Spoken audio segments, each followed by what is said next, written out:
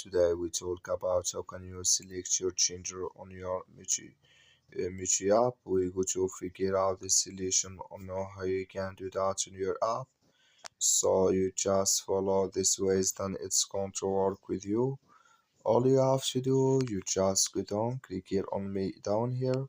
You just click here on me. It's going to take you to next step here. Then all you have to do, just click here on your name here. Then it's going to take you to next step here. Then all you have to do now, so you just go here above edit, just click on it. We just click here on edit. It's going to take you to this list. It's going to show for you like this here. You come here to changer, and here can you select your changer here. When you're down, so you just go above save, click on it here, then it's going to save with you. So I'm going to add it like this here, then you click on save, then it's going to save with you here. That's all you have to do. Thank you for watching. Don't forget to support us by liking, subscribe.